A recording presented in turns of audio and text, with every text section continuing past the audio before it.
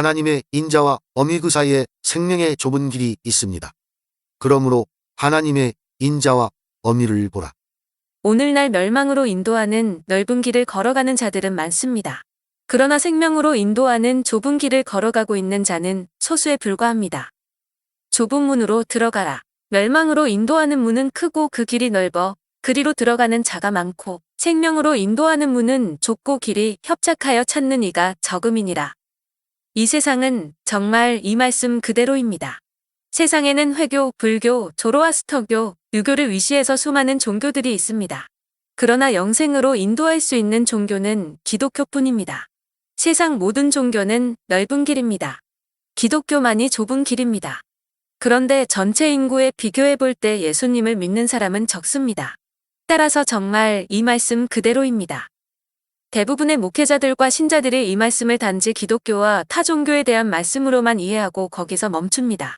그러나 불행히도 이 말씀은 단지 기독교와 타 종교에 대한 비유의 말씀이 아니라 교회 안에서 신앙생활하는 성도들을 두 부류로 구분해주는 말씀입니다. 이것은 누가복음에 나오는 동일한 주제에 대한 예수님의 말씀에 잘 나타나 있습니다. 예수께서 각 성, 각 촌으로 다니사 가르치시며 예루살렘으로 여행하시더니 혹이 여짜오되 주여 구원을 얻는 자가 적으니까? 저희에게 이르시되 좁은 문으로 들어가기를 힘쓰라. 내가 너희에게 이르노니 들어가기를 구하여도 못하는 자가 많으리라. 예수님은 구원을 얻는 자가 적으냐는 질문에 좁은 문으로 들어가기를 힘쓰라고 대답하셨습니다. 이 말은 적다는 뜻입니다. 그러면 구원 얻는 자가 왜 적습니까? 그것은 이중적인데 예수님을 믿는 자도 적지만 교회 안에서조차 천국에 들어갈 참신자가 적기 때문입니다. 이것이 구원을 얻는 자가 적은 이유입니다. 이것은 그 다음 말씀에 분명하게 나타납니다.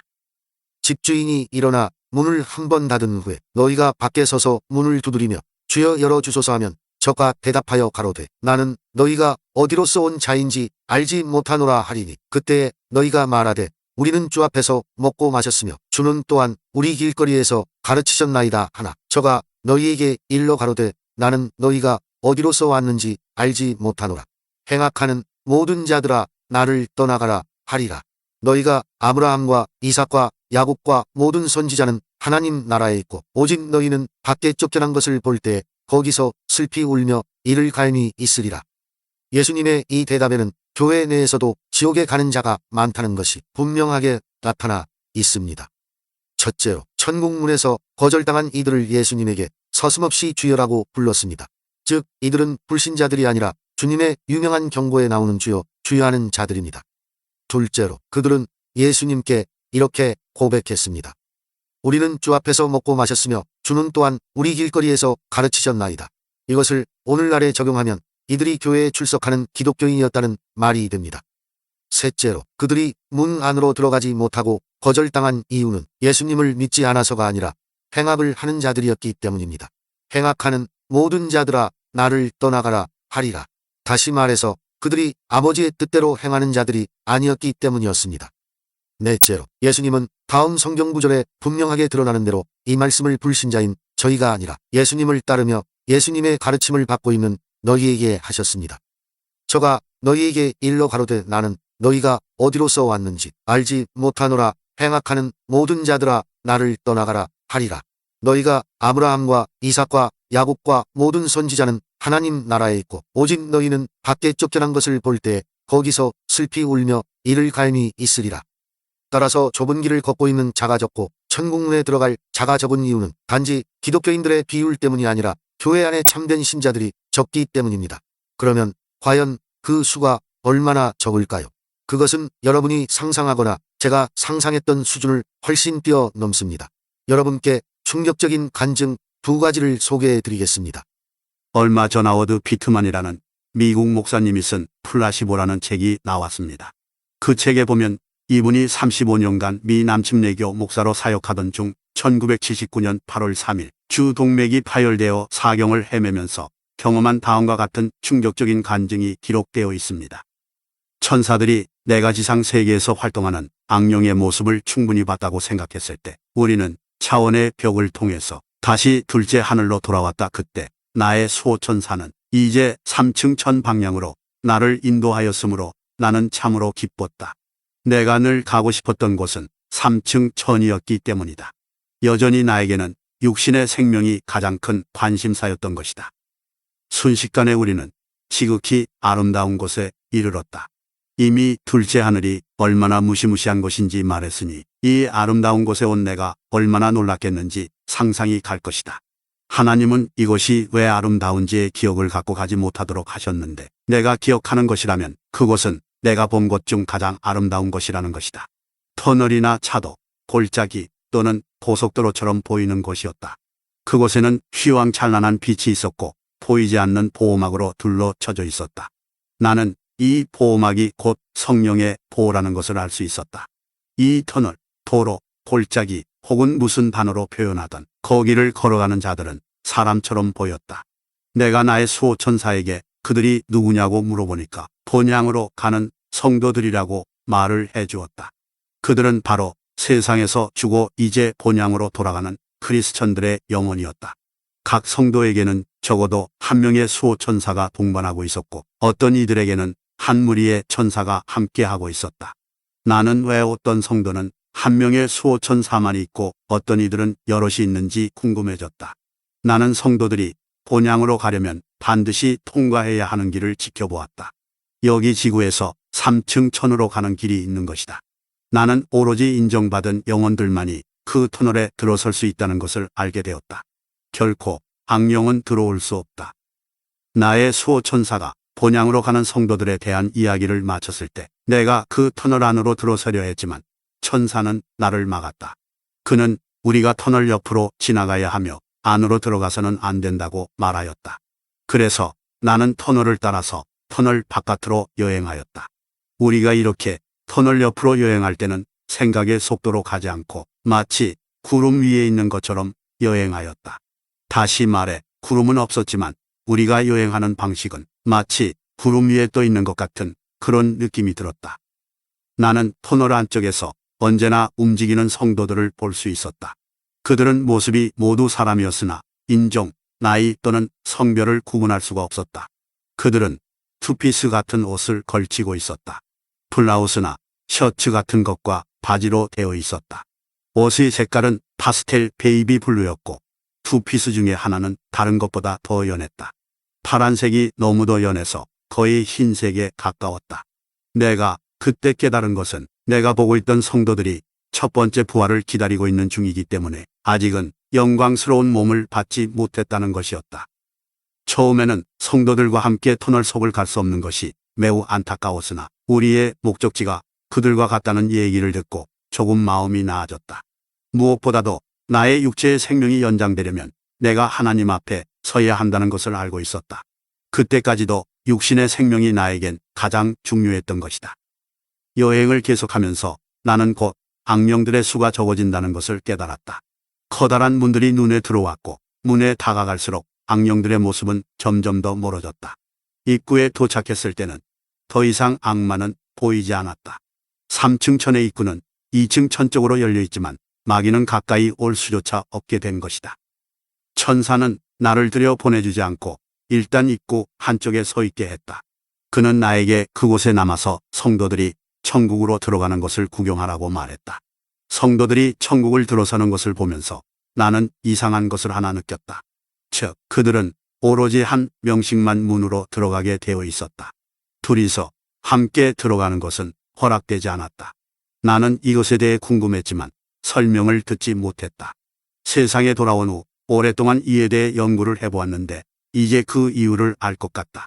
이것은 한 개인에 대한 존중의 표현이라고 생각한다. 각 개인은 자유의지로 선택을 했던 것이다. 기억하라. 하나님의 형상대로 만들어진 우리는 자신의 의지로 스스로 운명을 선택할 수 있는 권리가 있다는 것을. 성도들이 한 명씩 들어가고 있을 때 나는 왜 내가 묻고 싶은 일을 허락받지 못하고 있는지 궁금하게 여기고 있었다. 나는 하나님 앞에 가서 청원을 하고 싶은 마음이 너무도 간절해서 그때 지켜보고 있던 장면의 의미를 그만 놓치고 말았다. 그것은 너무나 중요해서 성령님이 직접 말씀해 주셨다. 나는 50명의 성도가 천국으로 들어가는 것을 보았지만 내가 놓친 것은 그 시간대였다. 이 50명의 성도가 지구에서 죽을 때 1950명의 다른 사람들도 같은 시간대에 죽었다. 즉 2000명 중 50명만이 천국에 가게 된 것이다. 나머지 1950명은 그곳에 없었다. 그들은 어디에 있는가? 오직 2.5%만이 천국을 가는 것이다. 97.5%는 천국을 가지 못했다. 이것이 바로 현 세상의 모습이란 말인가? 지금 세상 사람 중 97.5%는 하나님을 만날 준비가 되어 있지 않다. 이것이 우리가 현재 처해 있는 라오디게아 교회의 시대를 그대로 대변한다는 것이다. 오늘날 대부분의 교인들은 입으로만 믿는 자들이고 마음으로 행하는 자들이 아니라는데 문제가 있는 것이다. 나는 주님이 왜 라오디게아 교회에 구역질을 느끼셨는지 이해할 수가 있었다.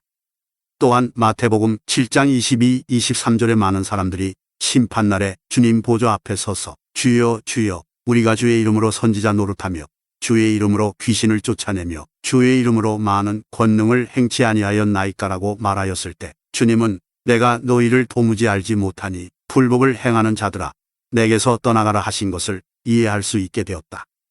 성경에서 때때로 주님께서 아주 중요한 진리를 밝히려 하실 때 그는 누구든지 뒤에 있는 자는 들을지어다 라고 말씀하신다. 하나님의 거룩한 말씀을 읽다가 이 구절을 발견하게 되면 그 뒤에 오는 말씀을 아주 조심스럽게 해석하기를 바란다. 여기에는 하나님의 깊은 비밀이 숨겨져 있기 때문이다. 이러한 구절은 주님의 말씀에 중요한 통찰력을 주며 마치 학생에게 강의를 하다가 특별한 내용을 얘기할 때 선생님이 목소리를 높이는 것과 같은 이치이다. 내가 전하고 있는 이 메시지의 내용이 얼마나 중요한지 나는 강조하거니와 당신이 들을 수 있는 영적 귀가 정말 있다면 제발 들으라. 내가 오늘날의 교회에 대해 하는 말을 들으라. 주님이 직접 현대 교회가 라오디게아 교회와 같다고 하셨다. 교회는 자신들이 건강하며 부족한 것이 없다고 생각하나 실상 그들은 비참하고 가련하며 가난하고 벌거벗은 것이다. 내게 하나님이 하신 말씀을 들으라. 자신은 잘하고 있다고 생각하는 사람들 중 많은 이들이 영원한 지옥에 떨어질 형벌의 문턱에 서 있다. 너무 많은 이들이 입으로만 하나님을 안다고 말하나 실제로는 눈이 멀어 있다. 마귀는 그들을 너무 완벽히 속였기 때문에 그들은 무신론자와 다름이 없다. 이 입술로 다른 사람들을 속일지언정 주님을 속일 수는 없다. 그들의 마음이 세상으로 향하고 있는 한 그들은 영원한 형벌의 위기에 처해 있다. 성경이 우리에게 밝히는 것은 사람의 마음이 있는 곳에 그의 보물도 있다는 것이다. 마음이 세상에 남아있는 자는 영혼을 보물로 간직할 수 없다. 이제 나는 저 세상의 목소리로 당신에게 부르짖고 싶다. 귀가 있는 자여, 제발 들으라. 이 책을 처음 읽었을 때의 나의 반응은 이 간증의 내용을 그대로 믿는 것이 아니고 선반 위에 올려놓고 참고하는 정도였습니다. 저는 신앙 간증들을 섣불리 믿지 않습니다. 그렇다고 쉽게 아니다라고 부정하지도 않습니다. 아주 성경적이고 그 사람의 열매와 발자취에 의해 확증되는 것은 참된 것으로 받아들입니다. 그리고 비성경적이고 모호하고 신비적인 것은 받아들이지 않습니다. 그런데 그 중간 지대에 있는 것이 많습니다. 그런 것을 저는 선반 위에 올려놓습니다. 그리고 부정도 인정도 하지 아니하고 참고하는 수준으로 사용합니다. 그런 간증들은 성경의 진리들을 설명하는데 가볍게 예화로만 사용하고 그 간증에 의해 내 생각이 영향을 받지는 않습니다. 그러던 중 내가 이 간증을 보다 심각하게 받아들일 수밖에 없는 일이 일어났습니다. 캐나다 밴쿠버에 사시는 어떤 목사님 사모님이 폴 키스 데이비드가 지은 목적의 책들에 소개한 전설적인 하나님의 사람 밥존스의 간증을 번역하여 제게 보내온 것입니다. 밥존스는 살아있는 선지자 중에 가장 성숙하고 가장 정확한 분입니다. 이미 87세가 넘은 고령인 분으로 다니엘처럼 릭 조이너가 전날 꾼 꿈을 종종 그에게 그대로 말해주며 예언한 것으로 유명하며 지금은 세계적인 사역자가 된 샴 볼츠에게 30살이 되기 전 천국에 들려 올라가게 될 것이라고 예언하고 예언이 성취되던 날 그 자신도 천국에 들려 올라갔습니다. 그래서 천국에서 두 사람이 서로를 만났습니다. 그 후 나중에 확인해 보니 실제로 다른 장소에 있던 두 사람이 같은 날 입신을 하여 천국에서 서로 보았음을 알게 되었습니다. 그럴 정도로 그는 계시에 있어서 정확하고 깊게 들어가는 분입니다. 이제 그분의 간증을 여러분께 소개해 드리겠습니다. 사랑하는 법을 배우셨나요? 사탄의 협박. 1975년 8월 7일에 밥 존스에게 공성애의 급속한 증가와 함께 그로 인한 치명적인 병이 발생한다는 엄청난 환상이 주어졌습니다. 그 환상에는 또한 낙태가 얼마만큼이나 생명의 존귀함을 격화시키는지 과학은 결과적으로 여자들이 아이를 낙태시키기 위해 한 알의 알약으로 해결할 수 있는 경지까지를 보여주었습니다. 이와 같은 계시들은 70년대 중반 당시로서는 몹시 획기적인 내용이었습니다. 그처럼 공포적인 영감을 받은 하루 후인 8월 8일에 악한 영이 밥에게 나타났습니다. 마귀는 하나님께서 밥에게 보여준 사탄의 계획들을 공개할 경우 그에게 죽음의 영을 풀어 놓겠다고 협박했습니다. 문득 통증이 떠났습니다. 순간 밥은 약이 효과를 발생하는가 보다라고 생각했습니다. 그러나 그것은 과학과 의학의 힘이 아니었습니다.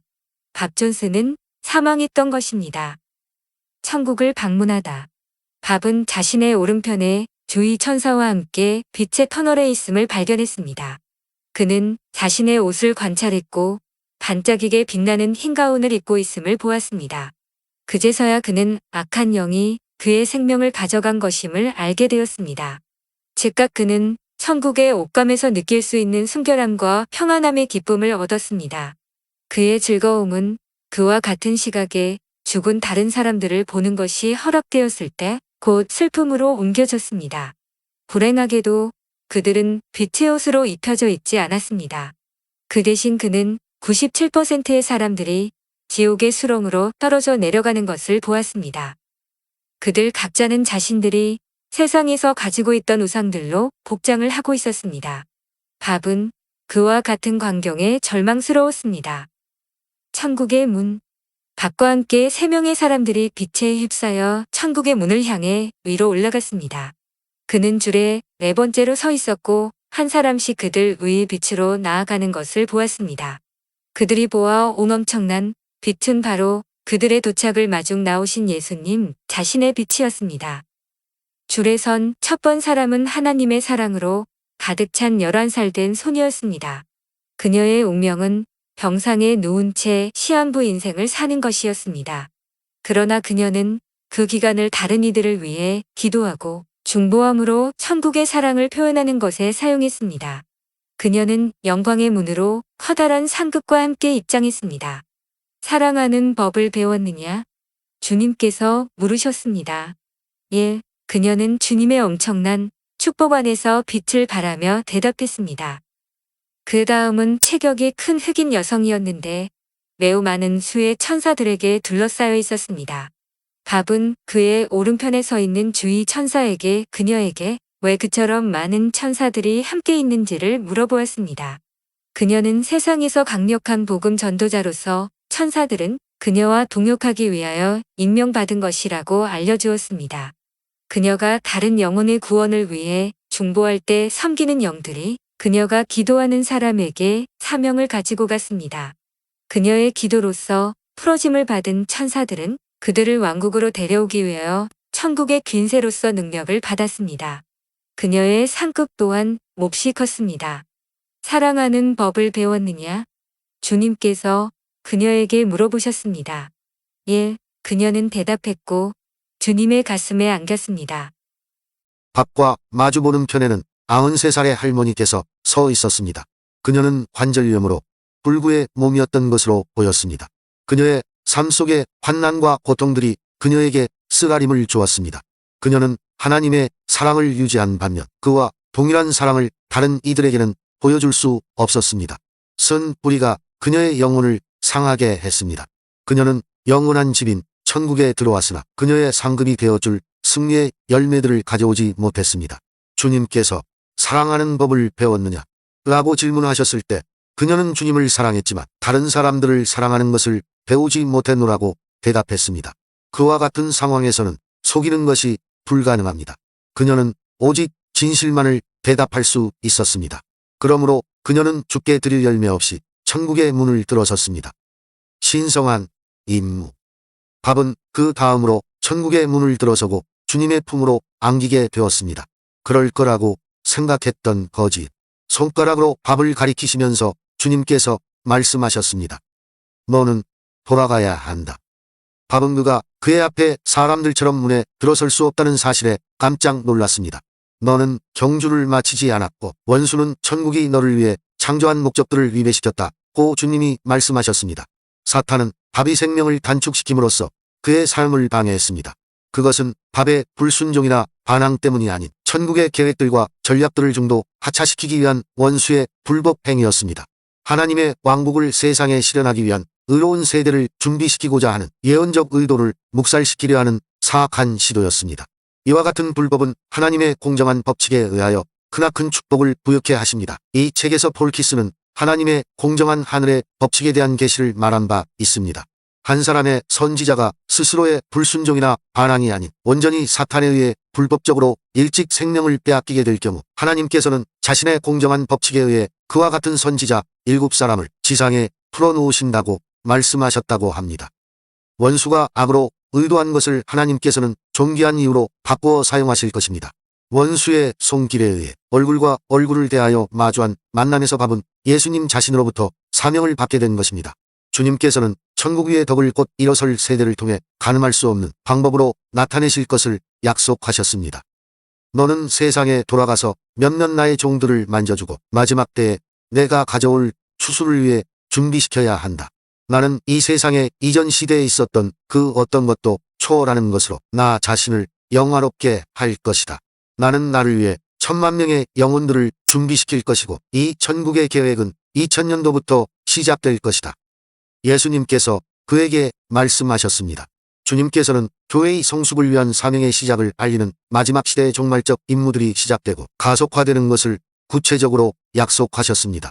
주님께서는 밥에게 2000년도까지 수백만의 사람들이 예언되어 본질병으로 죽을 것이라고 말씀하셨고 그 숫자는 죄로부터 쓸어버리는 회개가 있을 때까지 천문학적 숫자로 증가될 것이라고 알려주셨습니다. 지구로 돌아오다. 영적 각성과 영혼에 대한 추수의 약속과 함께 밥은 그에게 맡겨진 계시적 목양을 계속하기 위하여 기꺼이 지구로 돌아왔습니다. 주님께서 밥에게 그가 죽기 전에 하나님의 영광이 엄청난 영혼의 추수와 함께 세상에 오는 것을 보게 될 것이라고 알려주셨습니다. 하나님께서 말씀하시기를 우리가 성경에서 읽는 기적과 표적과 이적들은 앞으로 오는 것들의 10의 1도 안 된다고 하셨습니다. 성경에서 발견하는 모든 초자연적인 사역과 계시적인 은사들과 그리고 천국의 재능과 자질들은 다가오는 시대 동안에 증폭되어 기능을 발휘할 것입니다. 전능하신 하나님께서는 그의 약속이 실현되는 것에 신실하실 것입니다. 그분은 거짓말하실 수 없으십니다. 이 간증으로 인해 저는 하워드 피트만의 체험을 믿게 되었습니다. 왜냐하면 두 사람이 말한 구원받는 사람의 비율이 일치하기 때문입니다. 물론 이것은 신자가 아니라 불신자까지 모두 포함한 비율입니다. 그러나 인류 중 적어도 믿는 자의 비율이 20에서 30%는 좋게 될 것입니다. 그런데 실제로 천국에 들어가는 사람의 비율은 2.5에서 3%에 지나지 않았습니다. 이것은 우리들에게 충격이 아닐 수 없습니다. 왜냐하면 이것은 교회 안에서 우리가 상상하고 생각한 것보다 훨씬 더 많은 사람들이 천국에 들어가지 못하고 지옥에 간다는 것을 보여주는 것이기 때문입니다. 그런데 제가 이런 간증들을 소개해도 대다수의 목회자와 신자들은 이를 무시하고 눈 하나 꿈적하지 않습니다. 저는 이들의 이런 오만이 참으로 두렵습니다. 제가 이 설교를 준비하면서 이것을 생각하고 있을 때 성령님께서 고린도후서 10장 5절을 주셨습니다. 모든 이론을 파하며 하나님 아는 것을 대적하여 높아진 것을 다 파하고 모든 생각을 사로잡아 그리스도에게 복종케 하니. 이 말씀을 주시면서 이것이 바로 하나님을 아는 것을 대적하여 높아진 것이다라고 하셨습니다. 진정한 계시는 하나님을 아는 것, 즉 친밀감에서 나옵니다. 그런데 이런 믿을 만한 계시들에도 아랑곳하지 않고 꿋꿋이 자기들의 교리와 개인적인 견해를 고수하는 것, 이것은 교만이요 종교적인 것이며 악한 것입니다. 성령님께서는 하나의 예가 떠오르게 해주셨습니다. 구약에 보면 제사장과 선지자들이 있습니다. 제사장들은 율법에 대한 지식을 가지고 있던 자들이고 선지자들은 하나님을 아는 사람들이었습니다. 그런데 자주 이들의 관점과 생각은 서로 크게 달랐습니다. 그런데 둘 중 제사장이 아니라 선지자가 옳았습니다. 성령께서는 바로 이 같은 일이 지금도 일어나고 있다고 하셨습니다. 사랑하는 독자들이여, 저는 여러분 모두가 이 땅에서 생명으로 인도하는 좁은 길을 걸으며 살다가 훗날 천국에 들어가게 되기를 바랍니다. 그래서 생명으로 인도하는 좁은 길과 그 길을 행할 때 주의해야 할 점에 대하여 여러분께 말씀드리도록 하겠습니다. 무엇이 좁은 길인가?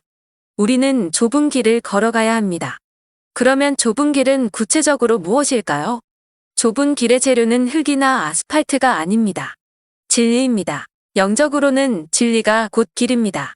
진리를 따라가야 영생을 얻습니다. 아니면 멸망합니다. 이는 예수님이 내가 곧 길이요 진리요 생명이니 나로 말미암지 않고는 아버지께로 올 자가 없느니라고 말씀한 그대로입니다. 진리가 곧 길입니다. 그런데 진리는 차도가 아니고 사람이 걷는 길이기 때문에 넓은 길이 아니고 좁은 길입니다. 좁은 길인 까닭에 길을 걸을 때 좌나 우로 치우치면 안 됩니다. 그러면 길을 벗어나게 되고 실족하게 됩니다. 그래서 성경에 다음과 같은 경고들이 나오는 것입니다. 그런즉 너희 하나님 여호와께서 너희에게 명령하신 대로 너희는 삼가 행하여 좌로나 우로나 치우치지 말고 너희 하나님 여호와께서 너희에게 명하신 모든 도를 행하라. 오직 너는 마음을 강하게 하고 극히 담대히 하여 나의 종 모세가 내게 명한 율법을 다 지켜 행하고 좌로나 우로나 치우치지 말라. 그리하면 어디로 가든지 형통하리니. 그러므로 너희는 크게 힘써 모세의 율법책에 기록된 것을 다 지켜 행하라. 그것을 떠나 좌로나 우로나 치우치지 말라. 우리는 좁은 길을 걸어가야 합니다. 좁은 길은 진리입니다. 그런데 진리에도 좌가 있고 우가 있습니다. 그럼 무엇이 진리의 좌이고 무엇이 진리의 우일까요? 예수님이 돌아가실 때 십자가에 함께 달린 두 강도가 있었습니다. 성경에 보면 회개하고 구원받은 강도가 실제로 어느 편에 달려 있었는지에 대한 구체적인 언급이 없습니다. 그런데 왜 사람들은 구원받은 강도를 우편 강도라고 부르는 것일까요? 왜냐하면 우편은 하나님의 인자하심을 뜻하기 때문입니다. 이것은 양과 염소의 비유에도 잘 나타납니다. 거기에 보면 예수님이 양은 그 오른편에 염소는 왼편에 두셨습니다.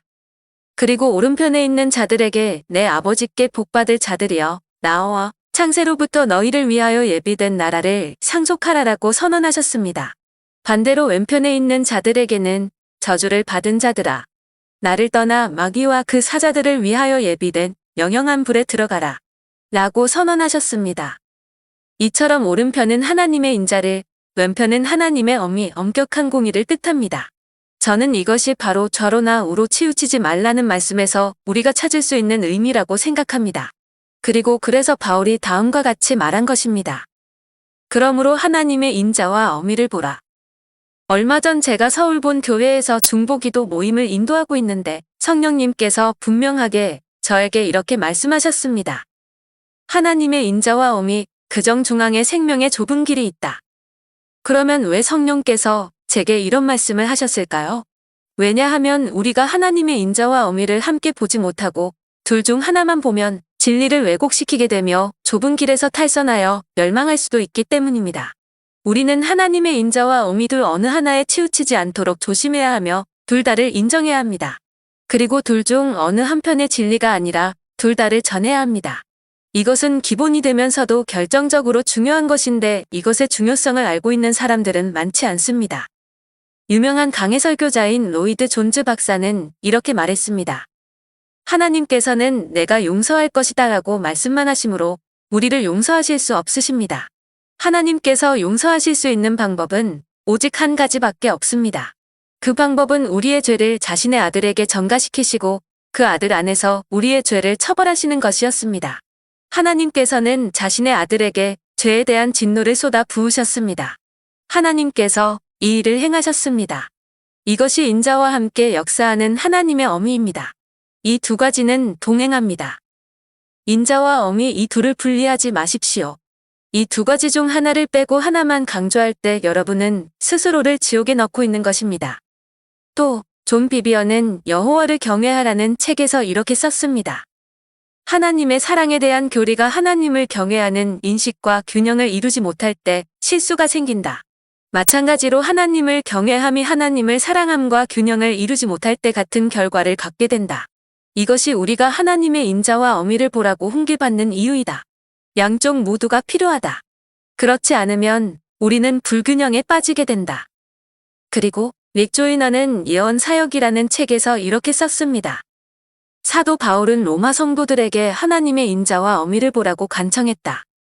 우리가 하나님의 성품을 정확히 알기 위해서는 그의 인자와 어미를 모두 보아야 한다.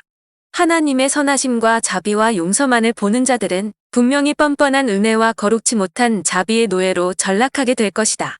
거룩지 못한 자비란 하나님께서 인정치 않는 것들에 자비를 베푸는 것을 말한다. 하나님의 어미만을 보는 이들은 늘 우리를 중보하기 위해서 사셨던 그리스도의 영이 아니라 우리의 형제들을 참소하던 자의 영으로 사역하는 양들을 때리는 자가 되는 경우가 많다. 빛과 어두움의 영적 전쟁이라는 책에 보면 릭 조이너가 예언적 경험 속에서 많은 진리의 문들을 본 것이 기록되어 있습니다.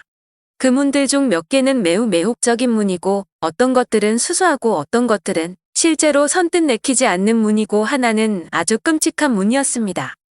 그런데 끔찍한 문에 가까워지면서 그는 두려움이 솟구쳐 오르는 것을 느꼈습니다.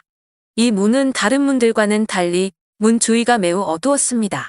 그래서 그 위에 쓰인 진리를 읽기 위해 매우 가까이 가야만 했는데 그 문 위에는 그리스도의 심판대라고 쓰여져 있었습니다. 그때 그의 귀에 익은 목소리가 들려왔습니다.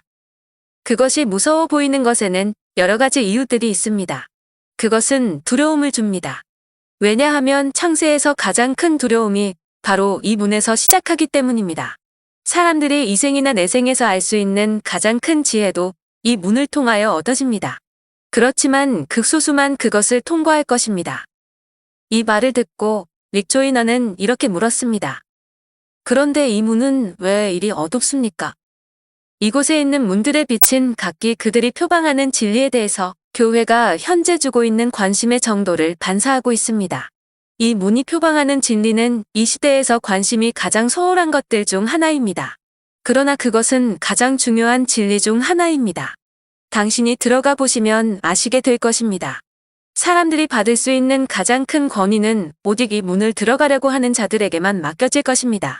당신이 이 보좌에 앉으신 예수 그리스도를 배웠게 될 때에야 당신도 비로소 그분과 함께 그 위에 앉을 준비가 되는 것입니다.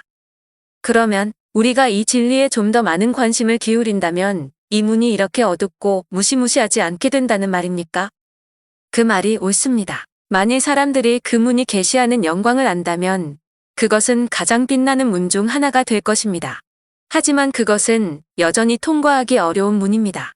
당신은 지금까지 알고 있던 어떤 것보다 더 큰 영광과 공포를 함께 보시게 될 것입니다. 그러나 당신이 지금 어려운 길을 선택하였으므로 나중에는 훨씬 더 쉬워진다는 것을 아십시오. 당신이 이 어려운 진리를 기꺼이 지금 대면하고자 하므로 나중에 손해를 입지 않으실 것입니다. 그분의 자비를 알고 싶어하는 사람은 많지만 그분의 위엄을 알고자 하는 사람들은 거의 없습니다. 만일 당신이 두 가지를 다 품지 않으면 당신은 언제나 기만에 빠지거나 위대한 은혜에서 떨어져 나갈 위험에 처하시게 됩니다. 같은 책의 뒤에 보면 예수님께서 릭 조이너에게 이렇게 말씀하신 것이 기록되어 있습니다. 여기서 너는 나의 자비와 엄격함 모두를 맛보았다. 내가 생명의 길에 머물기 위해서는 이 둘을 다 기억해야 한다. 하나님의 진정한 사랑은 하나님의 심판을 포함하고 있다. 너는 나의 자비와 엄정함 모두를 알지 않으면 기만에 빠지게 될 것이다. 릭 조이너의 이 간증은 기만과 속임수의 근원이 무엇인지를 정확하게 보여줍니다. 그것은 바로 하나님의 인자와 어미 둘 중에 하나만 보는 것입니다. 그리고 현대교회는 정확하게 이런 상태입니다. 즉 현대교회의 설교자들의 다수가 하나님의 인자에 치중합니다. 그래서 교회 안에 현재와 같은 심각한 기만과 속임수가 편만하게 된 것입니다. 물론 하나님은 사랑이시고 우리는 사랑을 말해야 합니다. 그러나 하나님이 친히 모세에게 죄와 허물은 사하나 형벌받을 자의 죄는 결단코 용서하지 않는다고 말씀하신 것처럼 하나님은 인자하실 뿐 아니라 어미하신 분입니다. 그러므로 우리는 하나님의 사랑뿐 아니라 하나님의 어미하심에 대해서도 말해야 합니다. 우리는 성경에서 그 모델을 발견할 수 있는데 요한이 바로 그랬습니다. 요한은 사랑의 사도입니다. 그가 쓴 요한 1서의 주제는 사랑입니다. 그런데 그 책에서 요한은 사랑만 말하고 있는 것이 아닙니다. 우리가 형제를 사랑함으로 사망에서 옮겨 생명으로 들어간 줄을 알거니와 사랑치 아니하는 자는 사망에 거하느니라. 그 형제를 미워하는 자마다 살인하는 자니 살인하는 자마다 영생이 그 속에 거하지 아니하는 것을 너희가 아는 바라. 이처럼 요한은 마치 예수님이 그들의 열매로 그들을 알리라라고 말씀하신 대로 사랑이 구원받은 증거이며 사랑이 필수적인 것임을 강력하게 증거했습니다. 또 요한은 요한일서에서 누가 진정으로 거듭난 자인지 거듭남의 여러 증거들에 대해서 말했습니다. 자녀들아, 아무도 너희를 미혹하지 못하게 하라. 의를 행하는 자는 그의 의로우심과 같이 의롭고 죄를 짓는 자는 마귀에게 속하나니 마귀는 처음부터 범죄함이니라. 하나님의 아들이 나타나신 것은 마귀의 일을 멸하려 하심이니라. 하나님께로서 난 자마다 죄를 짓지 아니하나니 이는 하나님의 씨가 그의 속에 거하며 저도 범죄치 못하는 것은 하나님께로서 났습니다. 이러므로 하나님의 자녀들과 마귀의 자녀들이 나타나나니 물을 일을 행치 아니하는 자나 또는 그 형제를 사랑치 아니하는 자는 하나님께 속하지 아니하니라. 사랑하는 자들아, 우리가 서로 사랑하자. 사랑은 하나님께 속한 것이니 사랑하는 자마다 하나님께로 나서 하나님을 알고 사랑하지 아니하는 자는 하나님을 알지 못하나니 이는 하나님은 사랑이심이라. 대저 하나님께로서 난 자마다 세상을 이기느니라. 세상을 이긴 이김은 이것이니 우리의 믿음이니라. 예수께서 하나님의 아들이심을 믿는 자가 아니면 세상을 이기는 자가 누구뇨? 하나님께로서 난 자마다 범죄치 아니하는 줄을 우리가 아노라. 하나님께로서 나신 자가 저를 지키심에 악한 자가 저를 만지지도 못하느니라. 이 성구들에서 하나님께로서 난 자라는 말은 거듭남을 뜻하는 것으로 이 말씀들은 모두 어떤 사람이 진정으로 거듭난 자인지를 분명하게 보여주고 있습니다. 이 외에도 요한일서를 보면 누가 진정으로 하나님과 사귐이 있는 자인가? 누가 진정으로 주를 아는 자인가? 누가 진정으로 주 안에 있는 자인가? 누가 정말 빛 가운데 있는 자인가? 누가 진정으로 하나님을 사랑하는 자인가? 에 대한 시금석으로 가득합니다. 이처럼 요한은 하나님의 사랑과 엄히 둘 다를 보았고 어느 한쪽으로 치우치지 않은 균형 잡힌 메시지를 전했습니다. 여러분, 이것이 바로 오늘날의 강단에 가장 필요한 일입니다.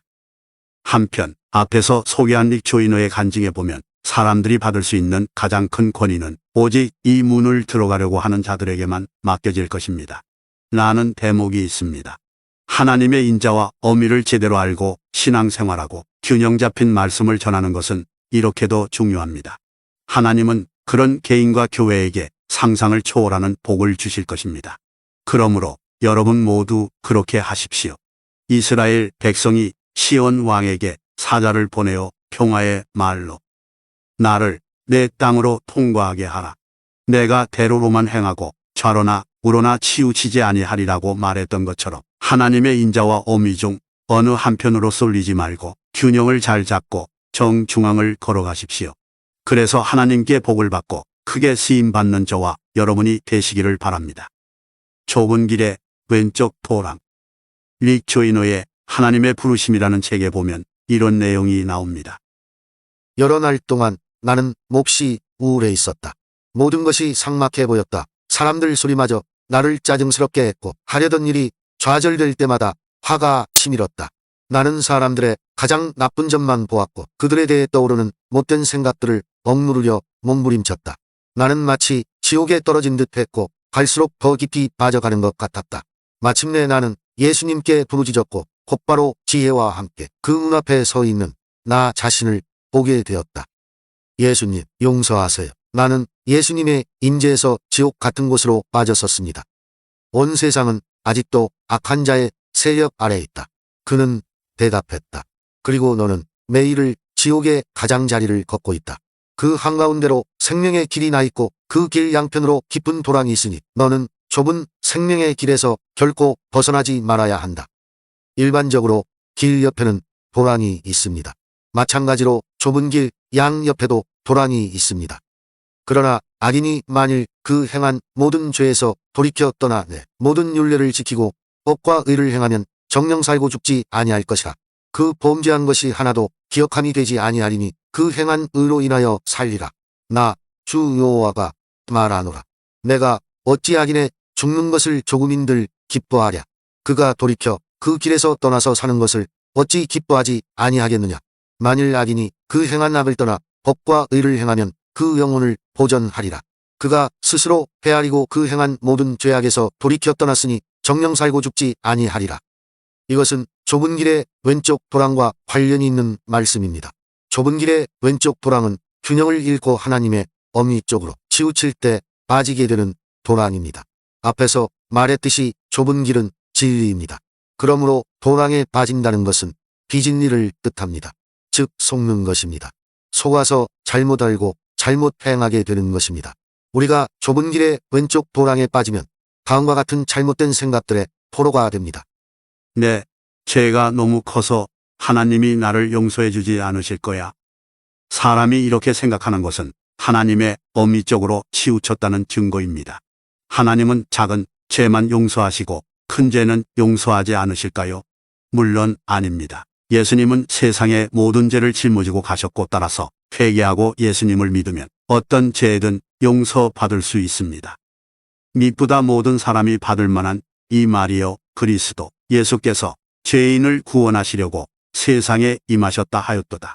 죄인 중에 내가 괴순이라.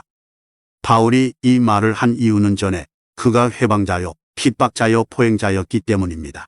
그럼에도 불구하고 많은 사람들이 이렇게 생각하는 경향이 있습니다. 그래도 바울은 율법으로는 흠이 없다고 말할 수 있었던 사람이 아닌가. 그러나 나는 살인했고 나는 간음했고 나는 도적질을 한 사람이다. 그러므로 나는 바울보다 더 큰 죄인이다. 그러나 이 생각이 과연 옳은 것일까요? 바울이 죄인 중에 괴수라고 했을 때 죄인은 바로 살인자, 간음자, 도둑 등을 의미합니다. 즉 여타의 다른 죄들을 모두 의미하는 것입니다. 그는 여러 다른 죄들을 떠올리며 나는 죄인 중에 괴수라고 고백한 것입니다. 바울은 열성적인 박해자였습니다. 기독교인들을 박해하고 고문하고 죽인 로마의 독재자들이나 공산주의자들이나 일제 순사들을 생각해 보십시오. 그들은 최하의 사람이요 가장 악한 죄인들입니다. 그런데 바울이 바로 그런 사람이었습니다. 그러므로 바울의 죄가 다른 죄들보다 더 큽니다. 제가 미국 LA 근처에서 집회를 인도할 때 하루는 설교를 하고 쉬기 위해 호텔로 향하고 있었습니다. 그때 성령께서 제 예응에 이렇게 말씀하셨습니다. 간음죄가 더 크냐? 아니면 살인죄가 더 크냐? 물론 살인이지요. 그런데 그 다음 이런 내적인 음성이 들렸습니다. 그러면 다른 사람을 죽이는 죄가 더 크냐? 내 자녀들을 죽이는 죄가 더 크냐? 여러분, 부모의 입장에서 볼 때 다른 사람을 죽인 살인자보다 자기 자식을 죽인 살인자가 더 악하게 느껴질 수밖에 없습니다. 그런데 바울은 하나님의 자녀들을 집중적으로 핍박하고 죽인 사람입니다. 따라서 바울은 실제로 죄인 중에 대괴수였습니다. 그런데 그럼에도 불구하고 그는 용서받았습니다. 그러므로 용서받지 못할 죄인은 없습니다. 어떤 죄든 진심으로 회개하고 돌이키기만 하면 용서받을 수 있습니다. 이것을 믿으십시오. 그래야 좁은 길의 왼쪽 도랑에 빠지지 않습니다. 나는 죄를 너무 많이 지어서 하나님이 이제는 용서하지 않으실 거야. 사람들이 큰 죄 다음으로 고민하는 것은 많은 죄입니다. 자신이 너무 많은 죄를 지었고 여러 번 죄를 지었다는 것입니다. 그래서 하나님이 자신을 용서하지 않으실 것이며 자신들에게는 소망이 없다는 것입니다. 이런 생각 역시 왼쪽 도랑에 빠진 결과입니다. 케네스 해긴 목사님의 신간 사랑 승리하는 길에 보면 이런 사람들에게 도움이 되는 놀라운 간증이 기록되어 있습니다. 해긴 목사님이 어떤 큰 도시에서 집회를 하고 있었습니다. 집회 중 어떤 사람에게 손을 얹고 몇 번이나 기도했습니다. 그는 사업을 하는 사람이었고 집회를 하고 있는 교회의 교인이었습니다. 그 당시 미국의 유명한 부흥사는 거의 모두 이 사람에게 손을 얹고 기도를 했습니다. 그렇지만 그는 아직도 병중에 있었습니다. 주님이 해긴 목사님에게 그와 이야기를 하라고 했습니다. 그래서 그 사람에게 다음 날 저녁 좀 일찍 오라고 했습니다. 다음 날 저녁 해긴 목사님은 면도를 하면서 교회에 가기 위해 준비하고 있었습니다. 그때 주님이 이런 말씀을 하셨습니다. 너는 내 자신이 하고 싶지 않은 것을 너에게 하게 한다고 생각하느냐? 아닙니다, 주님. 그것은 공정하지 않기 때문에 당신은 그렇게 하지 않으실 것입니다. 하나님은 불공정한 분이 아니십니다. 핵인 목사님은 면도를 다하고 옷을 갈아입고 있었습니다. 그때 주님이 다시 말씀하셨습니다. 그런데 똑같은 말씀을 하셨습니다. 너는 내 자신이 하고 싶지 않은 일을 너에게 시키려고 한다고 생각하느냐? 핵인 목사님은 준비를 다하고 교회로 운전을 해서 갔습니다. 차에서 주님은 또다시 같은 말씀을 하셨습니다. 그러시면서 마태복음과 누가복음의 다음 성경 구절을 주셨습니다.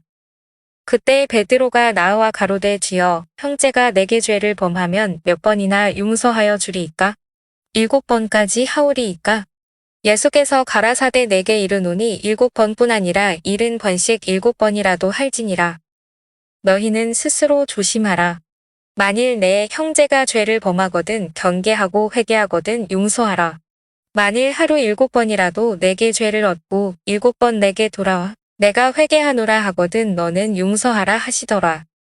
예수님이 우리들에게 70번에 7번씩 용서하라고 하실 때 이것은 일생 동안에 걸쳐 그만큼 용서하라는 것이 아닙니다.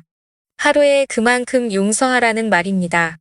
주님이 이 성경 구절을 주시고 말씀했을 때 핵인 목사님은 왜 주님이 이런 말을 하시는가를 생각했습니다.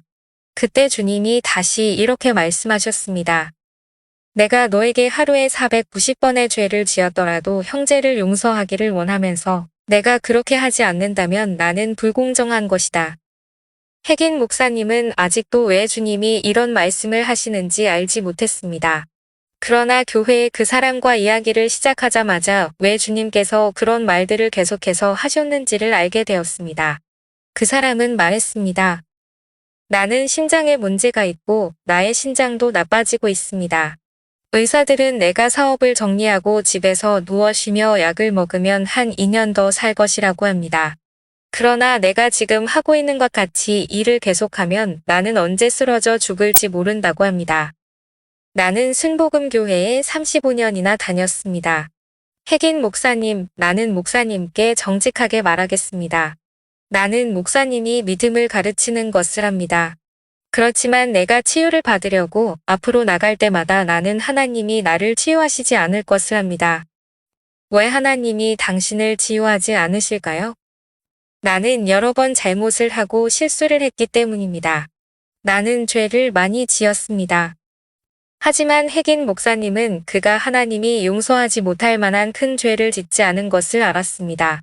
그래서 그와 여러 가지 대화를 나눈 후에 핵인 목사님은 그에게 이렇게 말했습니다. 주님은 당신을 용서하셨습니다. 그러니 당신이 자신을 정죄하는 것을 이제 멈추십시오. 당신의 문제가 무엇인지 아십니까? 당신 자신을 용서하지 못하는 것입니다. 당신이 하루에 490번씩 잘못을 했습니까? 아닙니다. 그렇다면 당신은 상당히 용서받기 쉬운 자리에 있는 것입니다.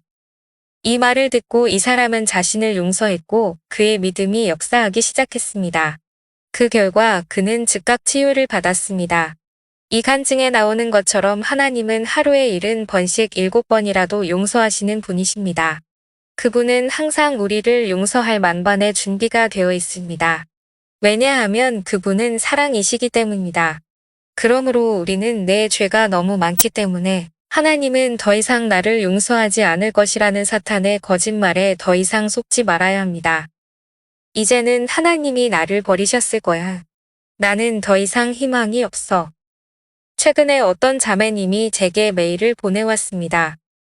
변승우 목사님, 저는 목사님의 진짜 구원받은 사람도 진짜 버림받을 수 있다. 라는 책을 읽었습니다. 저는 그 책을 읽고 제가 버림받았을 거라 생각했습니다. 바로 어제 제가 또 죄를 저질렀습니다. 그래서 너무 두렵습니다. 혹시 버림받은 것이 아닌가. 제가 너무 큰 범죄를 저질렀기에 버림받았을지도 모릅니다.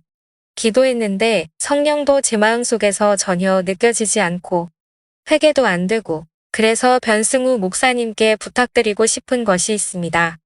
제가 지금은 버림받았는지 아니면 아직 기회가 있는지 그것이 알고 싶습니다.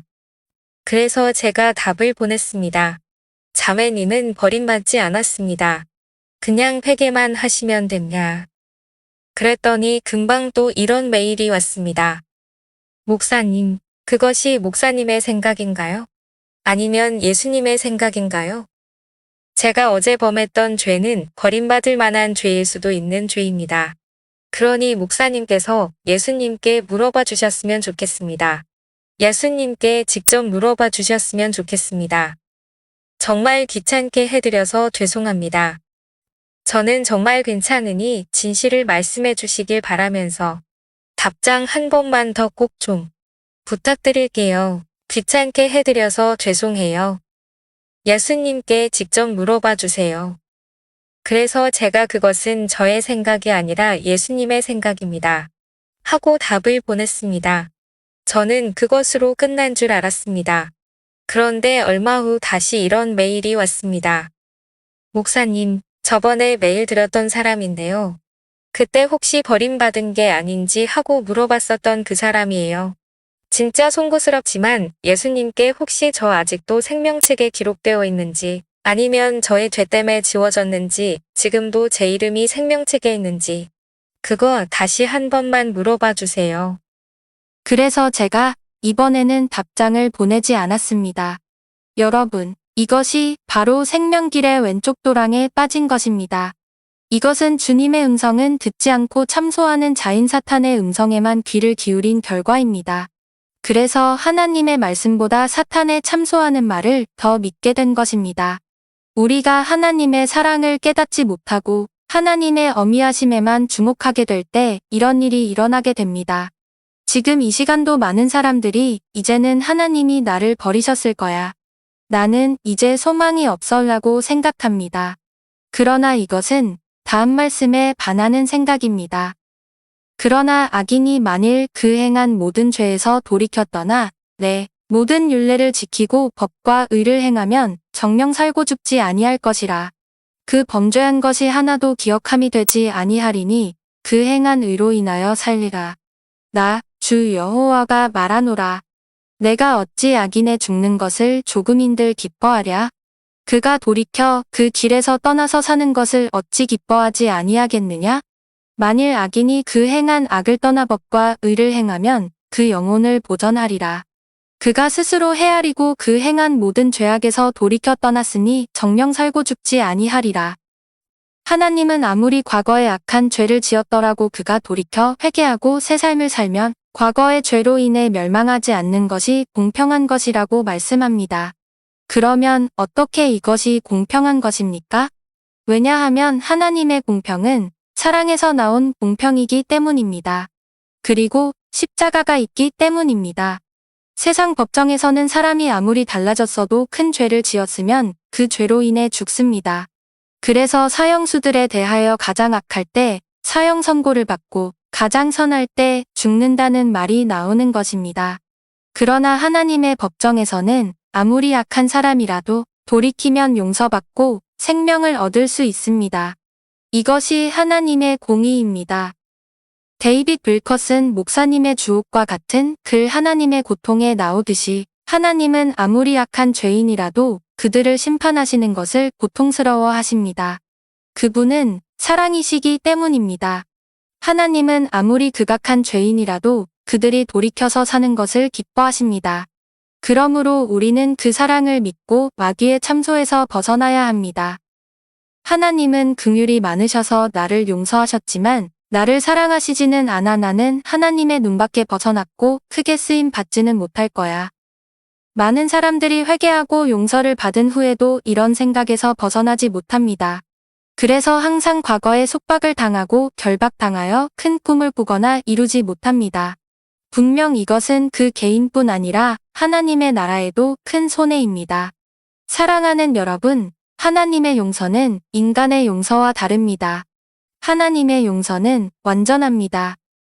동이서에서 먼 것 같이 우리 죄과를 우리에게서 멀리 옮기셨으며 주께서 나의 영혼을 사랑하사 멸망의 구덩이에서 건지셨고 나의 모든 죄는 주의 등 뒤에 던지셨나이다. 주와 같은 신이 어디 있으리이까?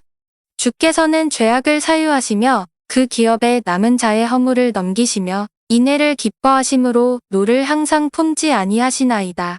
다시 우리를 긍휼히 여기셔서 우리의 죄악을 발로 밟으시고 우리의 모든 죄를 깊은 바다에 던지시리이다. 내가 저희 불의를 긍휼히 여기고 저희 죄를 다시 기억하지 아니하리라.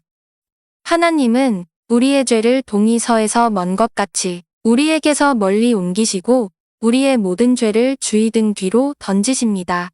그러므로 하나님이 우리를 보실 때 우리의 죄를 보시고 우리를 보시는 것이 아니라 죄와 상관없는 우리를 보십니다.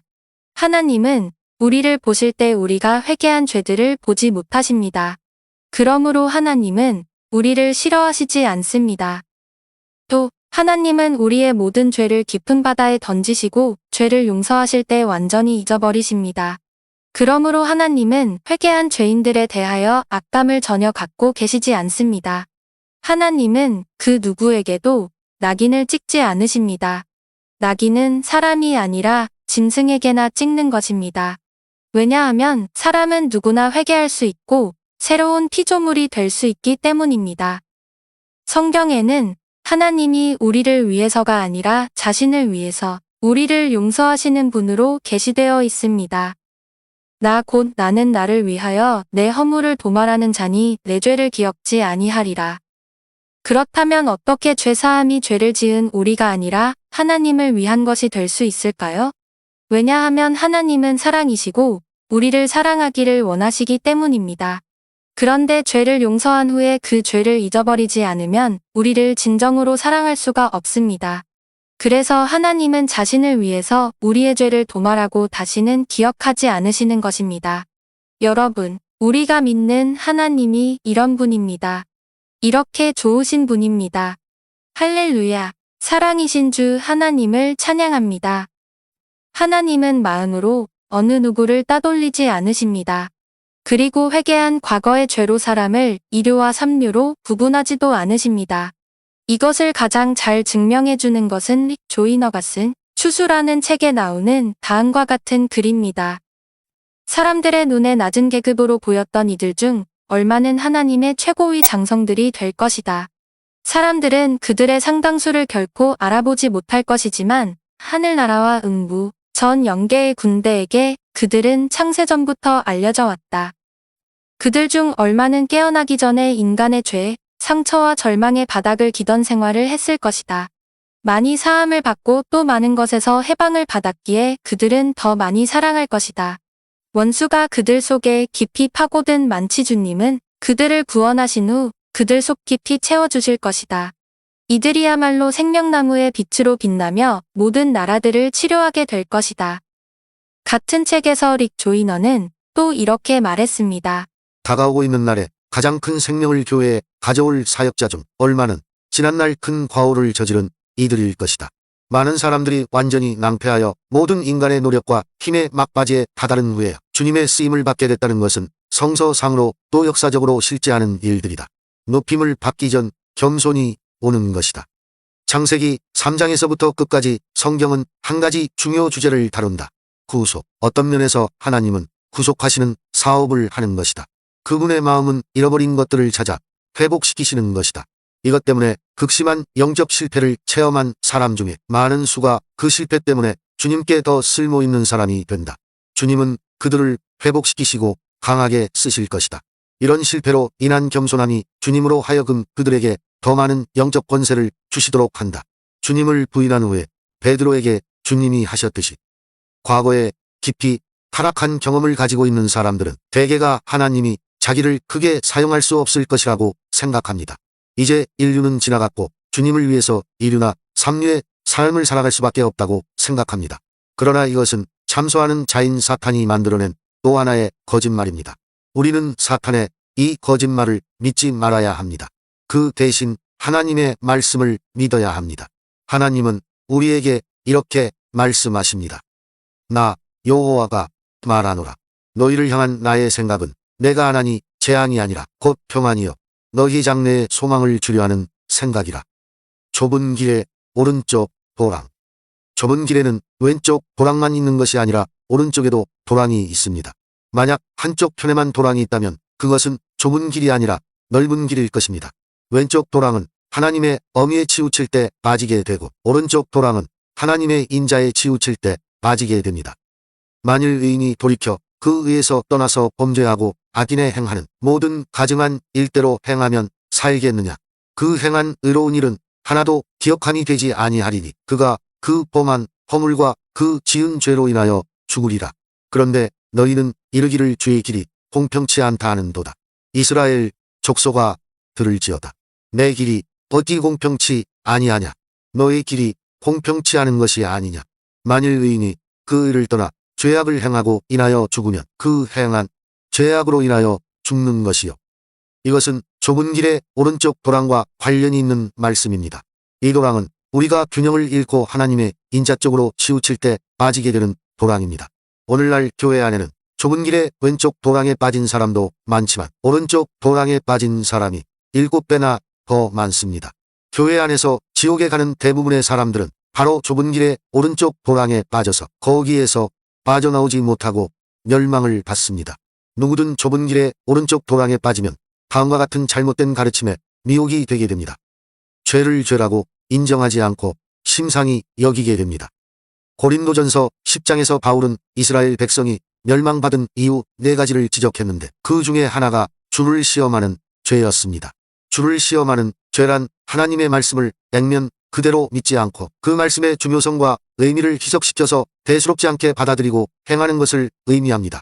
이것의 뿌리는 아담과 하와가 선악과에 대한 주님의 명령을 그대로 받아들이지 않고 죽을까 하노라라고 말했던 데서 찾을 수 있습니다. 나더러 주여 주여 하는 자마다 천국에 다 들어갈 것이 아니요 다만 하늘에 계신 내 아버지의 뜻대로 행하는 자라야 들어가리라.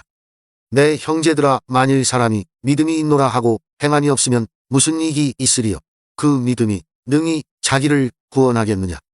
내가 내 몸을 쳐 복종하게 함은 내가 남에게 전파한 후에 자기가 도리어 버림이 될까 두려워함이로라. 모든 사람으로 더불어 화평함과 거룩함을 좇으라.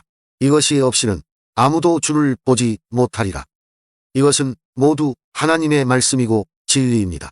그러나 이 말씀을 액면 그대로 받아들이고 여기에 준하여 신앙생활을 하는 사람은 평신도는 물론이요 목사들 속에서도 찾아보기 힘듭니다.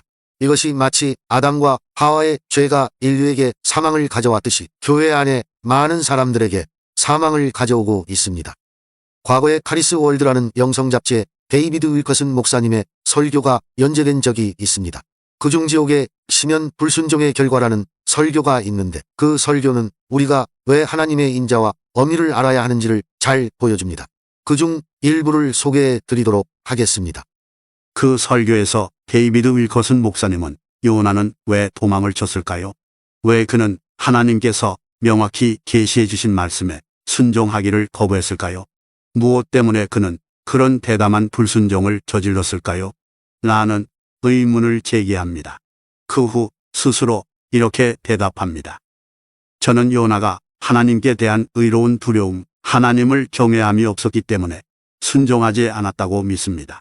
어떻게 그런 기도의 사람이 자신이 받은 사명을 떠나 불순종 가운데 빠질 수 있었을까요?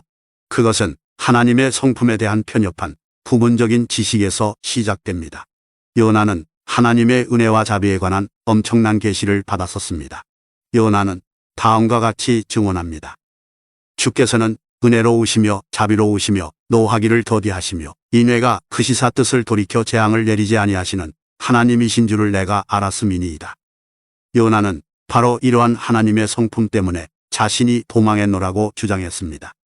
그러므로 내가 빨리 다시스로 도망하였사오니 그의 행동은 다음과 같이 그의 주장을 항변하는 것입니다. 주님, 당신은 회개하는 자들을 너무도 쉽게 용서하십니다. 주께서 심판을 선포하실 때마다 주님은 자비하심이 넘치십니다. 저는 하나님께서 니느웨를 심판하지 않으실 것이라는 것을 알고 있습니다. 제가 심판을 예언하자마자 그 백성들은 회개할 것이고 그러면 당신은 당신의 긍휼하심과 자비하심을 그들에게 쏟아 부으실 것입니다. 요나의 항변에 어떤 오류가 있는지 보이십니까? 그는 하나님의 성품을 아주 부분적으로만 나타내고 있습니다. 그리고 그는 하나님이 죄에 대해 너무 관대하다고 주님을 비난하고 있습니다. 물론 하나님은 요나가 언급한 모든 성품을 가지고 계십니다. 그러나 성경은 또한 하나님의 거룩하고 의로운 성품을 이야기합니다. 하나님의 진노가 불의로 진리를 막는 사람들의 모든 경건치 않음과 불의에 대하여 하늘로조차 나타나나니. 요나는 분명 하나님의 이러한 성품도 알고 있었습니다. 도대체 어떻게 해서 그는 이러한 사실을 무시하게 되었습니까? 저는 요나가 하나님을 두려워하는 것, 하나님을 경외함이 무엇인지 이해하지 못했다고 믿습니다. 여러분이 만약 하나님을 단지 자비하신 분으로만 생각한다면 주님의 말씀에 불순종하기가 쉬워질 것입니다. 하나님께서 자신이 내리는 경고를 가볍게 여기신다고 믿을 것이며 따라서 하나님께서 말씀하시는 그대로 행하시지 않을 것이라고 여기게 될 것입니다. 저는 이러한 하나님에 대한 잘못된 생각이 요나를 불순종에 빠지게 한 원인으로 믿습니다. 여기서 우리가 주목해야 할 부분은 여러분이 만약 하나님을 단지 자비하신 분으로만 생각한다면 주님의 말씀에 불순종하기가 쉬워질 것입니다. 하나님께서 자신이 내리는 경고를 가볍게 여기신다고 믿을 것이며 따라서 하나님께서 말씀하시는 그대로 행하시지 않을 것이라고 여기게 될 것입니다. 라는 대목입니다. 그런데 너무나도 많은 사람들이 하나님의 인자밖에는 모릅니다. 하나님의 어미하심에 대해서 아는 것이 없습니다. 그 결과 오늘날 그 무엇보다도 교회 안에 만연되어 있는 것이 주를 시험하는 죄입니다. 미련한 자는 죄를 심상히 여겨도 정직한 자 중에는 은혜가 있느니라. 그런데 생명의 길의 오른쪽 도랑에 빠진 설교자들은 사람들로 하여금 죄를 심상히 여기도록 설교합니다. 그래서 사람들로 하여금 주를 시험하는 죄를 짓게 하며 멸망하도록 방치합니다. 오래전 미국에서 보내온 우리 땅을 덮는 어두운 그림자라는 간증을 카페에 소개한 일이 있습니다. 그 간증에 보면 천사가 이렇게 말한 것이 기록되어 있습니다. 교회를 보라. 정치적, 신학적 또는 다른 이유로 나누어지고 예수문 사람들은 성령을 따라 살기보다는 육체의 욕망을 따라 살고 있다. 교회는 모든 죄들을 허용하며 안락하고 있다. 사람들은 죄가 무엇인지도 알지 못한다. 목회자들은 에스겔 44장 23절의 명령에 바로 불순종하고 있다. 내 백성에게 거룩한 것과 속된 것의 구별을 가르치며 부정한 것과 정한 것을 분별하게 할 것이며 목회자는 죄를 언급하지도 그것에 대해 사람들에게 알려주지도 않는다. 무엇보다도 인간의 마음은 거짓으로 가득하다. 그들은 육체의 소욕을 좇으면서도 하나님과 걷고 있다고 생각한다. 그들은 스스로의 죄 속의 욕망에서 나오는 소리를 들으면서도 하나님의 음성을 듣는다고 생각한다. 저는 이 간증이 얼마나 신뢰할 수 있는 간증인지 모릅니다. 그러나 어쨌든 천사의 이 말은 사실입니다. 오늘날 죄에 대한 가르침이 얼마나 무뎌졌는지 한 가지 구체적인 예를 들어보겠습니다. 내가 내 눈과 언약을 세웠나니 어찌 처녀에게 주목하려? 그리하면 위에 계신 하나님의 내리시는 분깃이 무엇이겠으며 높은 곳에서 전능자에 주시는 산업이 무엇이겠느냐? 불의자에게는 환난이 아니겠느냐? 행악자에게는 재앙이 아니겠느냐? 이와 같이 동방의 의인 욥은 처녀를 주목하는 것을 불의와 행악이라고 했으며 그 결과는 환난과 재앙이라고 했습니다. 이것은 현대 교회에 두루 퍼져 있는 일반적인 사상과 얼마나 큰 차이가 납니까? 그러나 현대 교회가 아니라 욥이 옳습니다. 이것은 이 세상에 오신 하나님의 아들의 말씀을 통해 여지없이 증명되었습니다. 또 간음치 말라 하였다는 것을 너희가 들었으나 나는 너희에게 이르노니 여자를 보고 음욕을 품는 자마다 마음에 이미 간음하였느니라. 만일 내 오른 눈이 너로 실족해 하거든 떼어내버리라. 내 백체 중 하나가 없어지고 온몸이 지옥에 던지우지 않는 것이 유익하며 또한 만일 내 오른손이 너로 실족해 하거든 찍어 내버리라. 내 백체 중 하나가 없어지고 온몸이 지옥에 던지우지 않는 것이 유익하니라. 오늘날 인류는 날로 더해가는 노출이 심한 옷차림과 할리우드 영화의 선정성, 그리고 인터넷 유해 정보로 인해 다른 어떤 죄보다도 이 죄에 심각하게 노출되어 있습니다. 그런데 교회는 이에 대해서 경고의 나팔을 거의 전혀 불지 않고 있습니다. 그냥 믿는 사람은 모두 천국에 간다는 잠꼬대 같은 소리만 되풀이하고 있습니다. 이것이 바로 하나님의 인자에 지나치게 치우친 결과 교회 안에 들어오게 된 심각한 미혹입니다. 오직 믿음을 말하고 회개에 대해 침묵하게 됩니다. 교회에 다니는 사람들에게 어떻게 해야 구원을 얻지요? 하고 물으면 10중 8구는 자신 있게 오직 믿음으로 라고 대답합니다. 하지만 이것은 다른 대답이 아닙니다. 왜냐하면 성경은 구원의 조건으로 믿음뿐 아니라 회개에 대하여 분명하게 언급하고 있기 때문입니다. 때가 찼고 하나님의 나라가 가까웠으니 회개하고 복음을 믿으라. 유대인과 헬라인들에게 하나님께 대한 회개와 우리 주 예수 그리스도께 대한 믿음을 증거한 것이라. 그러므로 우리가 그리스도의 초보를 버리고 죽은 행실을 회개함과 하나님께 대한 신앙과 토마스 왓슨은 영국의 청교도 운동의 대표적인 지도자이며 웨스트민스터 회의에서 소요리 문답을 작성한 분입니다. 그런데 그는 회개라는 책 첫머리에서 이렇게 썼습니다. 이 생에서 성도에게 절대 필요한 두 가지 은혜가 있다면 그것은 회개와 믿음이다. 이 둘은 성도가 하늘나라로 날아가는데 필요한 두 날개이다. 한 날개를 가지고 새가 공중을 날 수는 없습니다. 마찬가지로 회개나 믿음 둘 중에 하나만으로 천국에 들어가는 것이 아니므로 천국에 가려면 반드시 죄를 회개하고 예수님을 믿어야 합니다. 그런데 불행히도 오늘날 회개를 촉구하는 설교자들은 거의 찾아볼 수가 없습니다. 세상은 예수님이 예언한 대로 루세 때와 노아의 때로 치닫고 있습니다. 그런데 노아, 요나 그리고 세례요한처럼 회개를 외치는 사람들은 너무나도 적습니다. 제프리 윌슨은 이에 대해 뒤틀려진 복음이라는 책에서 잘 지적했습니다. 그 책에서 그는 거짓된 복음이라는 주제로 다음과 같이 썼습니다. 전 세계 기독교의 현재 상태를 면밀히 분석해보면 방심할 수 없는 방향으로 발전되고 있음을 알게 됩니다. 하나님의 말씀의 진리는 절대 다수의 교회 참석자들에게 호응을 받을 수 있는 공통분모를 만들기 위해 타협되고 희석되었습니다. 여러 세기 동안 퍼져온 이 엉터리 복음은 예수님과 그의 사도들이 제시했던 메시지와 근본적으로 모순됩니다. 이것은 싸구려 복음이며 편의주의 복음으로서 안일한 신앙이라고 불려집니다. 이 복음은 구원을 받으려면 누구나 단순히 예수님을 자기 개인의 구주로서 믿거나 혹은 영접하면 된다고 말합니다. 이 복음의 가르침에 따르면 예수님이 자신의 죄를 위해 돌아가셨다는 것을 믿거나 또는 영생에 거저주는 선물을 받기만 하면 구원됩니다. 이 안일한 복음에는 회개에 대한 요구가 빠져 있습니다. 구원을 받기 위해 그리스도께로 나오는 자는 자신의 죄들로부터 떠나고 자기를 부인해야 한다는 가르침이 이 복음에는 없습니다. 이것은 영혼들에게 치명적인 것입니다. 왜냐하면 성경은 멸망을 피하고 천국에 들어가는데 회개를 절대적인 조건으로 강조하고 있기 때문입니다. 잘 모르시는 분들을 위해 몇 가지 소개해드리지요. 먼저 본문이 수록되어 있는 장에서 하나님은 회개에 대해 친히 이렇게 말씀하셨습니다. 나 주 여호와가 말하노라. 이스라엘 족속아 내가 너희 각 사람의 행한 대로 국문할지라. 너희는 돌이켜 회개하고 모든 죄에서 떠날지어다. 그리한즉 죄악이 너희를 패망케 아니하리라. 너희는 범한 모든 죄악을 버리고 마음과 영을 새롭게 할지어다. 이스라엘 족속아 너희가 어찌하여 죽고자 하느냐? 나 주 여호와가 말하노라. 죽는 자의 죽는 것은 내가 기뻐하지 아니하노니 너희는 스스로 돌이키고 살지니라. 또 세례 요한은 광야에서 회개를 외치면서 이렇게 말했습니다. 요한이 많은 바리새인과 사두개인이 세례 베푸는데 오는 것을 보고 이르되 독사의 자식들아 누가 너희를 가르쳐 임박한 진노를 피하라 하더냐? 그러므로 회개에 합당한 열매를 맺고 속으로 아브라함이 우리 조상이라고 생각지 말라. 내가 너희에게 이르노니 하나님이 능히 이 돌들로도 아브라함의 자손이 되게 하시리라. 이미 도끼가 나무 뿌리에 놓였으니 좋은 열매 맺지 아니하는 나무마다 찍어 불에 던지우리라. 지막으로 사도 베드로는 예수님의 재림과 회개와의 관계에 대해 이렇게 증거했습니다.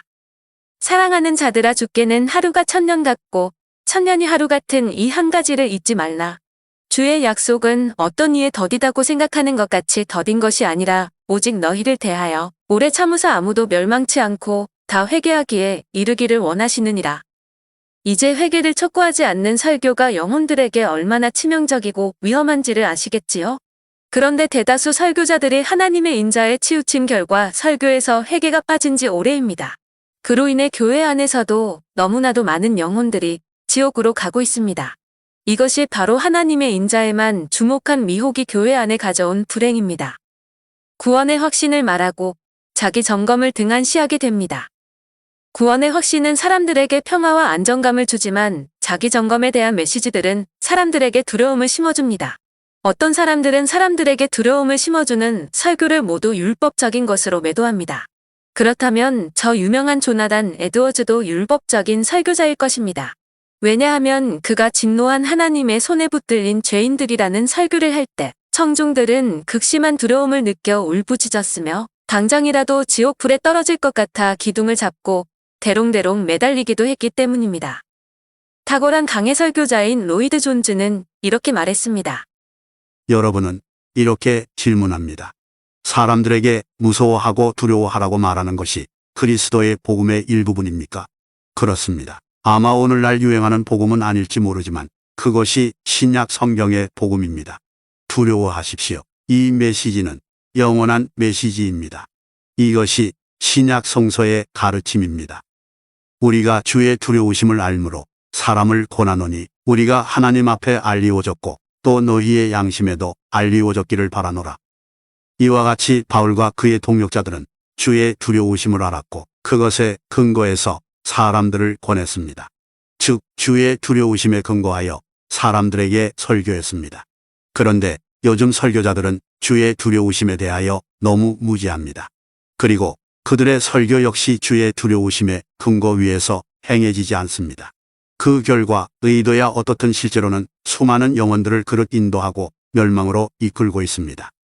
오늘날 많은 설교자들이 여러분 중에 지금 죽어도 천국에 갈 자신이 있는 사람 손 들어보세요 라고 말하는 것을 들을 수 있습니다. 그리곤 구원의 확신을 가지라고 말합니다. 저는 이런 설교를 들을 때마다 예레미야서에 나오는 다음 두 가지 선고가 생각납니다. 여호와께서 말씀하시되 내가 그 땅 거민에게 내 손을 펼 것인즉 그들의 집과 전지와 아내가 타인의 소유로 이전되리니 이는 그들이 가장 작은 자로부터 큰 자까지 다 탐람하며 선지자로부터 제사장까지 다 거짓을 행함이라. 그들이 내 백성의 상처를 심상히 고쳐주며 말하기를 평강하다 평강하다 하나 평강이 없도다. 그들이 가증한 일을 행할 때에 부끄러워하였느냐? 아니라 조금도 부끄러워 아니할 뿐 아니라 얼굴도 붉어지지 않았느니라. 그러므로 그들이 엎드러지는 자와 함께 엎드러질 것이다. 내가 그들을 벌하리니 그때에 그들이 거꾸러지리라. 여호와의 말이니라. 여기서 우리가 주목해야 할 부분은 그들이 내 백성의 상처를 심상히 고쳐주며 말하기를 평강하다 평강하다 하나 평강이 없도다라는 부분입니다. 이것은 그 당시뿐 아니라 오늘날의 형편을 잘 묘사해주고 있습니다. 오늘날 교회의 형편이 이렇게 된 데에는 두 가지 이유가 있습니다. 한 가지 이유는 성도들 자신에게 있습니다. 씨 뿌리는 비유를 말씀하신 후 예수님은 이렇게 말씀하셨습니다. 이사야의 예언이 저희에게 이루었으니 일러스되 너희가 듣기는 들어도 깨닫지 못할 것이요 보기는 보아도 알지 못하리라. 이 백성들의 마음이 완악하여져서 그 귀는 듣기에 둔하고 눈은 감았으니 이는 눈으로 보고 귀로 듣고 마음으로 깨달아 돌이켜 내게 고침을 받을까 두려워함이라 하였느니라. 이처럼 많은 사람들이 교회에 다니고 설교를 듣기는 하지만 고침을 받을 것을 두려워합니다. 즉 진실로 변화되는 것을 원하지 않습니다. 대강 신앙생활하며 편하게 살기를 원합니다. 이것 때문에 죄라는 상처를 심상히 고침받고 진짜로 고침받지 못하고 그 죄로 인해 멸망하는 것입니다. 다른 한 가지 이유는 목회자들에게 있습니다. 사람들이 고침받아야 할 상처는 다름 아닌 죄입니다. 이것은 구약의 선지자들이 의사가 아니라 영혼을 다루는 사람들이었다는 것 자체에도 드러나지만 예수님의 다음과 같은 말씀에도 드러납니다.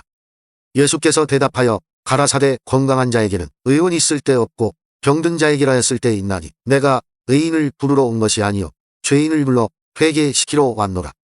제가 구원의 확신에 대한 피상적인 가르침들을 들을 때 생각나는 예레미야에 나오는 또 하나의 성경 구절은 이것입니다. 너는 또 그들에게 말하기를 여호와의 말씀에 사람이 엎드러지면 어찌 일어나지 아니하겠으며 사람이 떠나갔으면 어찌 돌아오지 아니하겠느냐? 이 예루살렘 백성이 항상 나를 떠나 물러감은 어찌미냐? 그들이 거짓을 고집하고 돌아오기를 거절하도다. 내가 귀를 기울여 들은즉 그들이 정직을 말하지 아니하며 그 악을 뉘우쳐서 날 행한 것이 무엇인고 말하는 자가 없고 전장을 향하여 달리는 말같이 각각 그 길로 행하도다.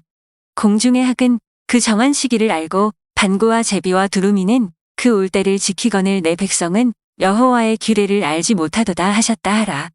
너희가 어찌 우리는 지혜가 있고 우리에게는 여호와의 율법이 있다 말하겠느냐? 참으로 서기관의 거짓 붓이 거짓되게 하였나니 지혜롭다 하는 자들은 수욕을 받으며 경황 중에 잡히리라.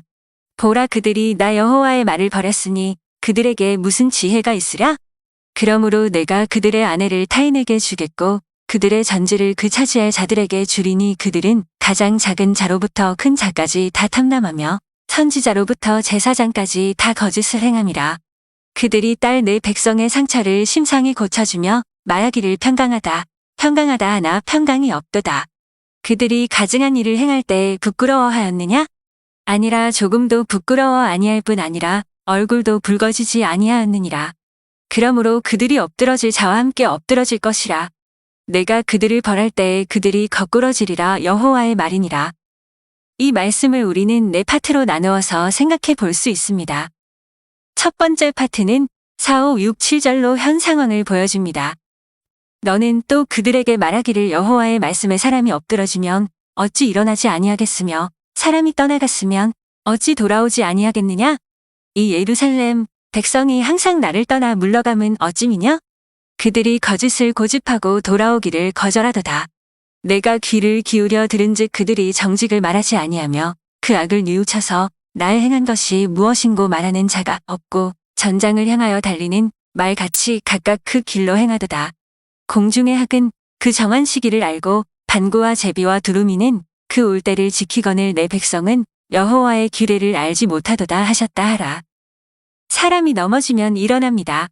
또 집을 나갔으면 돌아옵니다. 철새들도 때가 되면 다시 날아옵니다.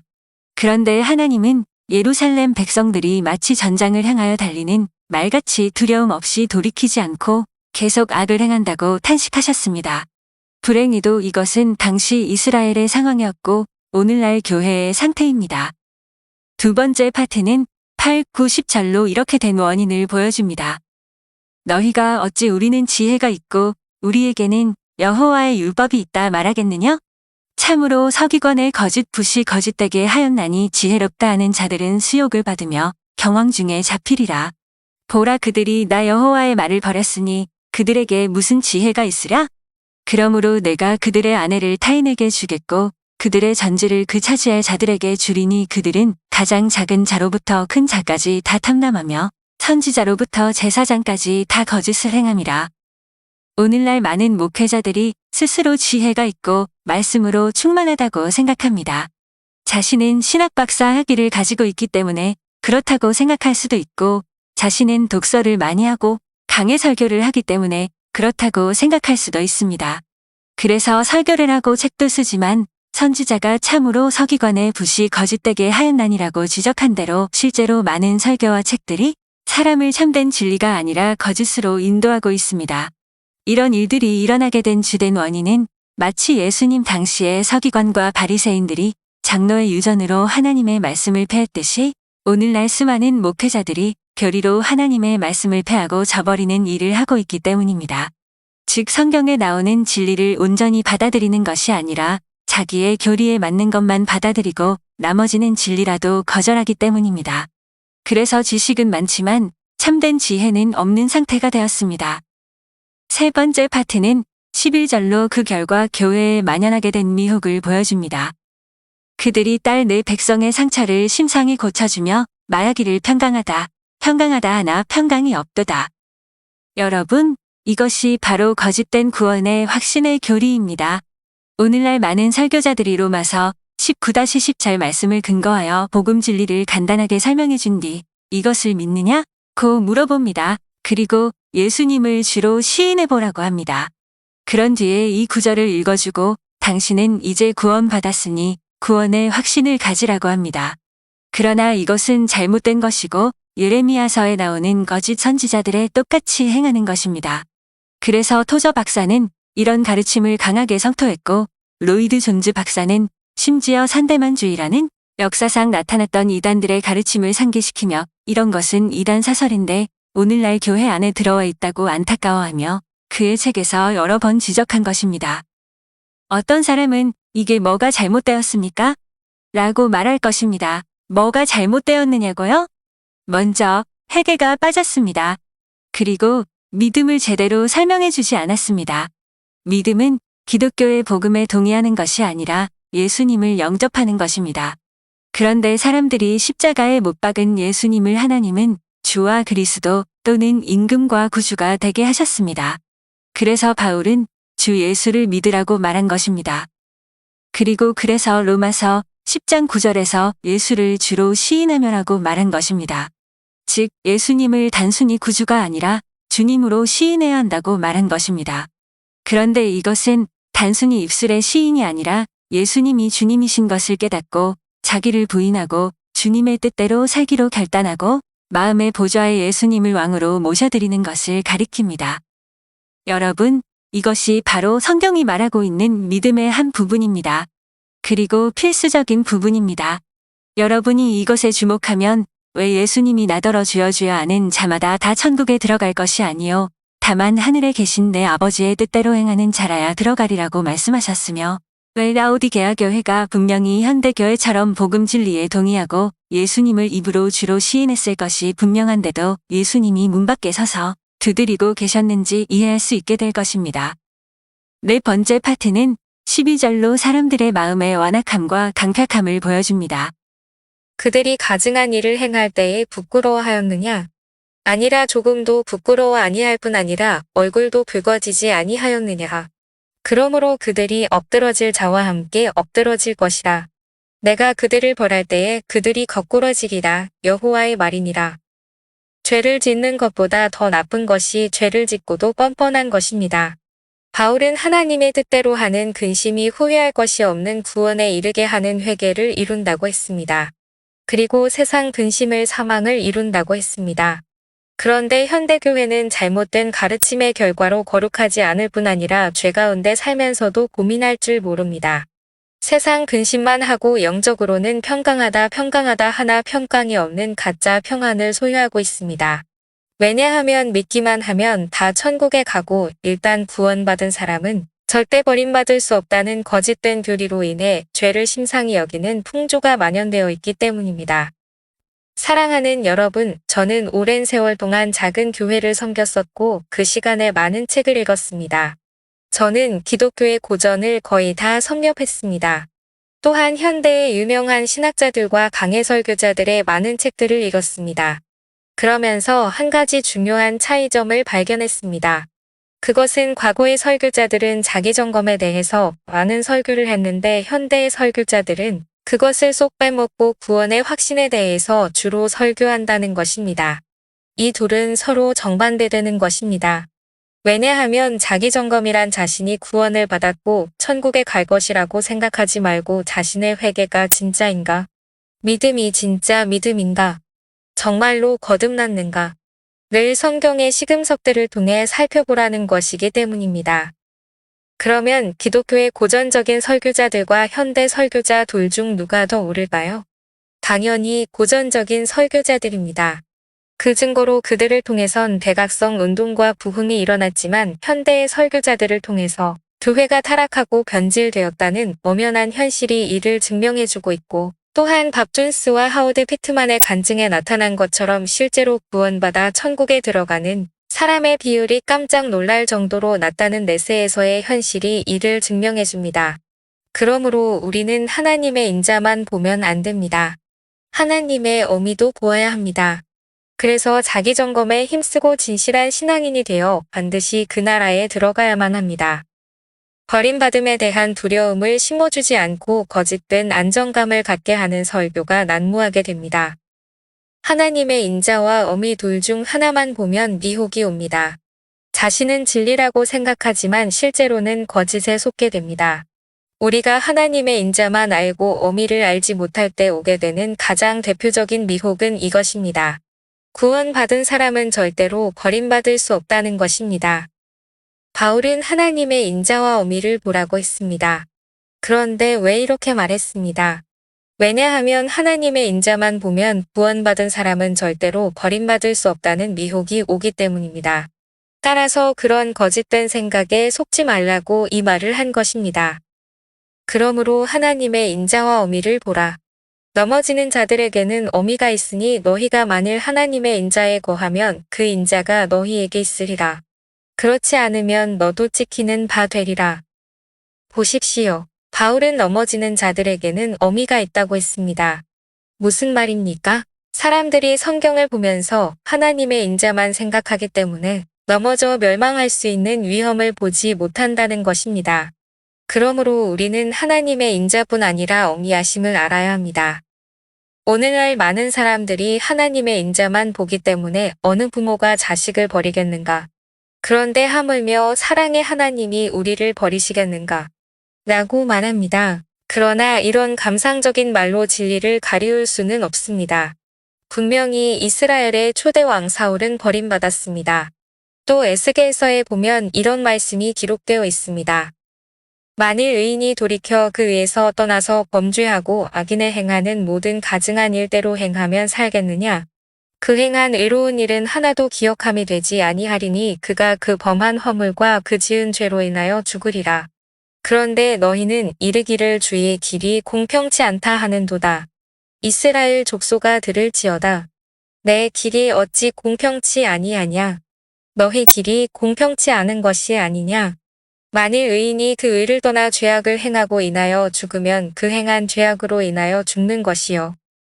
그런데 성경에 이렇게 명백하게 기록되어 있음에도 불구하고 사람들은 그러나 그것은 구약 아닙니까? 라는 말로 이 진리를 부정하려 듭니다. 그러나 구약과 신약이 무엇이 다릅니까?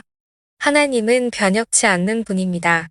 어제나 오늘이나 영원토록 동일하신 분입니다. 구약과 신약이 다르다면 구약은 예표이고 신약은 실체라는 것이 다를 뿐입니다.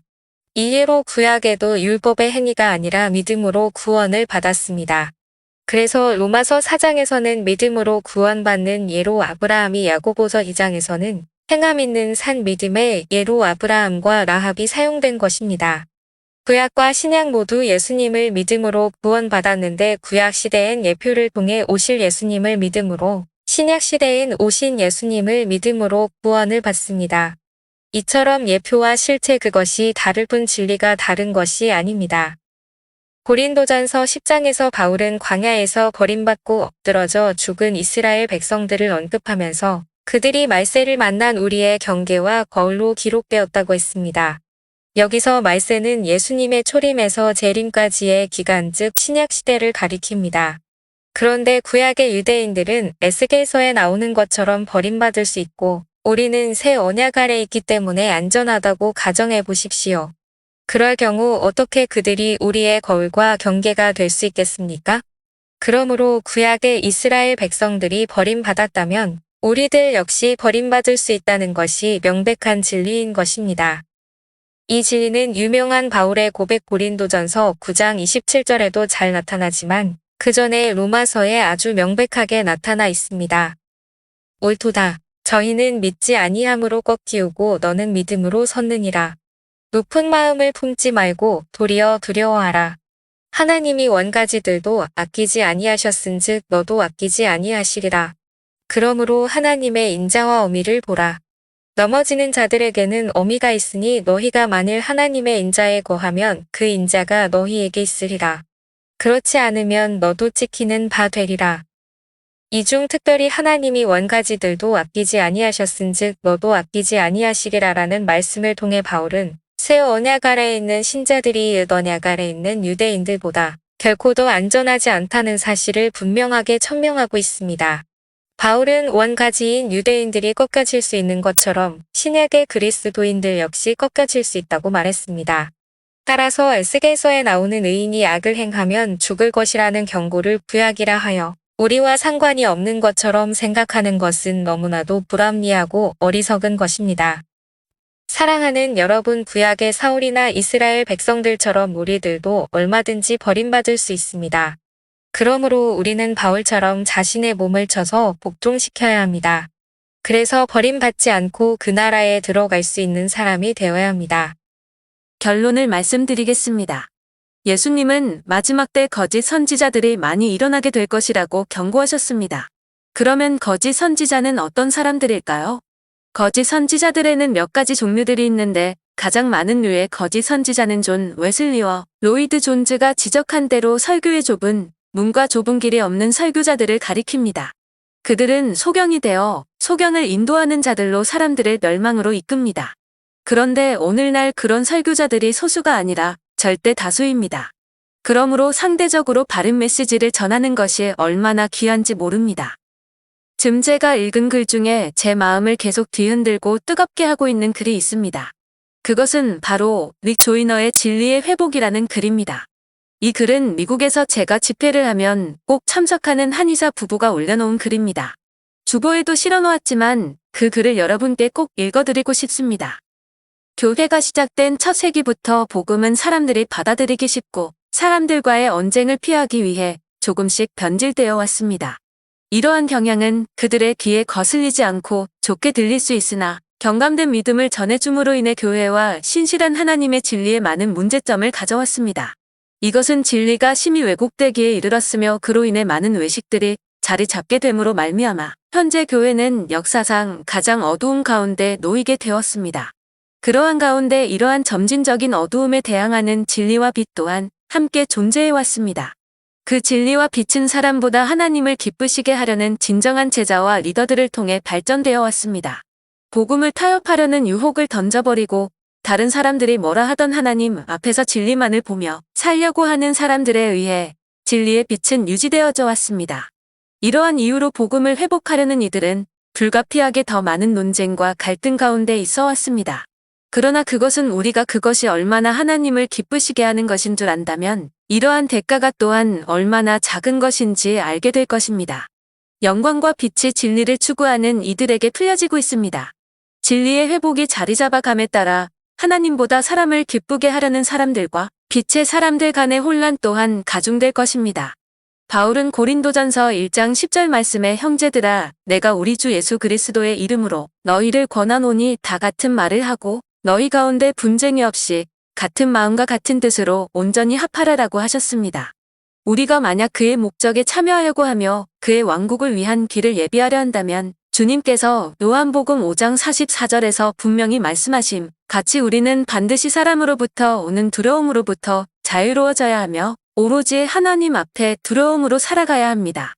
너희가 서로 영광을 취하고 유일하신 하나님께로부터 오는 영광은 구하지 아니하니 어찌 나를 믿을 수 있느냐? 영광을 그리스어로 번역하면 원문은 DOXA입니다.